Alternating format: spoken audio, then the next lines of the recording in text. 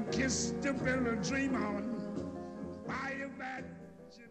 Hey guys, this is BugScoop12 here, and today on this video I'm going to show you how to make a successful unarmed character. I've managed to complete every other Fallout unarmed. Let's hope I can do it on this one. They haven't, messed it up, so to speak. They, well, off the topic a bit, they messed up Oblivion with the whole unarmed feature. So playing as a monk was pretty pointless. Although I did make a few videos trying to point out that it was quite successful, but it just was no way near as effective as any of the other characters. But yeah, okay, back to this. This is kind of my setup here. You guys can have a look. Those are all my figures up there. I would advise bringing your charisma up by about probably 1 point when you get the option. When you get the perk to add a extra skill point on, an extra special point on, put it on your charisma, because the way I play it, the way this character, what I made is meant to be played is you go up, you attack the shit out of stuff, and you're not just a grunt. You can actually talk to people as well. You can manipulate yourself around a situation. So you do have the choice of beating the shit out of him literally, or going and negotiating with the guy, and then if you don't like what he's saying, you can beat the shit out of him. That's the way it's meant to be played, and this is the way I'm going to play this character anyway. These are my skills. You may be wondering why I've only got my melee at 20. Well, bit of a stupid answer. That's because I'm playing unarmed, and when you get your endurance and your strength up high enough, that's your base score. So to be honest, I've stuck mine on that one on speech, unarmed, and repair, and that's basically a good setup, because with your unarmed, obviously you need your unarmed skill high because you're beating the shit out of people with your fists. It also entitles you to use power fists. There's loads of them. Shock gloves, I think they're called. You've got like bladed gloves. There's loads and loads of melee equipment out there in this game. They've like added probably about 30 more weapons on melee than Fallout 3 did. There's loads. I mean, you've got boxing tape. You can use boxing gloves. You can loads of cool stuff. And of course, because you're a melee fighter and you're an expert in beating people with your fists, you don't get you can keep your weapons on you when you get searched in casinos. So it does work out to your advantage sometimes.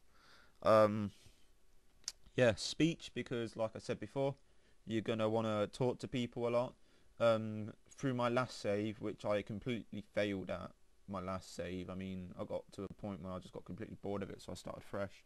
Like I always do with an RPG, I start about several hundred times before I complete a game. Yeah, I just got bored because I didn't have anything on his speech, didn't have anything on his science, anything on his lockpick or anything. As long as you have something on your speech, your science or your lockpick, it adds an extra depth, extra level to the game, so to speak. Because it isn't just, looking and fighting. You have to do stuff. Yeah, and that's my stats there. These are my perks. Obviously, I think anyone who's going for melee fighting, I think anyone at all who's not trying to be a diplomat and who's actually trying to, get through the game considerably easily, grab Kamikaze. It's probably the best. It's probably the best perk on that. You're losing 2 for damage, but you're gaining 10 action points. Now within those 10 action points, it only works best when you get a higher level, when you are starting to dealing out serious damage, and that extra 10 action points can be an extra attack, so to speak. So at the moment I'm hitting God, what am I hitting? I think I'm hitting at 3, but with those 10 extra action points I'll be hitting on 4, sort of thing. So it's it does help a lot, and especially when you get higher on your unarmed and you're taking off like 50 damage with I don't know, say 60 damage per second sort of thing. You're talking nice amount of damage there. Heavy-handed. It says it does exactly what it says on the tin. You know, you can do more damage, but your criticals will be less. And to be honest, if you have the power fist, I think because I've not played the power fist on this yet, but I think it's improved criticals on the power fist anyway. I honestly think it's improved criticals on the power fist, and if it is, that kind of cancels each other out, so it does help. What else? Yeah, these are all my this is what you get when you start off. Well, I basically the rule is if you go, well, it's not a rule, it's just something I found out, but if you go all the way up here. Oh, this is my character, by the way. She's like some gothy, punky, psycho. I'm gonna bash your brains in because I don't like you, bitch. Which I quite like.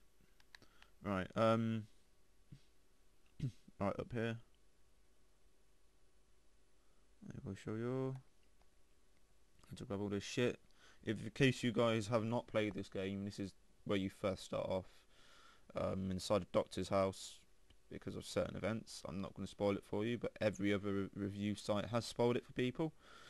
Like they told me 2 weeks before I got the game, and I was like, well, cheers, thanks a fucking bunch. You know, how many other spoilers are going to put into your review, you stupid idiots? Right. Anyway, I've obviously emptied this out to buy the leather armor and such because you start off with like 18 bottle caps, which is nothing. This is where you get your stuff. This is where I found most of my stuff. That shelf here, and this shelf here. Yeah, that's that guy who looks after you. Yeah, and this is the very start of the area, so you shouldn't really have any problems with any monsters or bosses. I don't think there's even any bosses around here. You only get small geckos, and yes, they do have geckos, which is amazing because they had them in the old ones. And yeah, anyway, that's me done. That was my character setup for a unarmed person. Also, yeah, play as female as well. Not because I told you to, but just because there's certain trait that I think it's called the Black Widow or something like that, and basically you get in some cases you get an optional conversation with male male NPCs, and I think you also get 10% more damage onto them as well, and that can be really useful considering there's hardly any females on this game. So yeah, I'll leave you to it, guys. I hope you enjoyed this video. Any problems, just leave me some feedback and I'll reply straight away. Bye for now. Give me a kiss to build a dream on.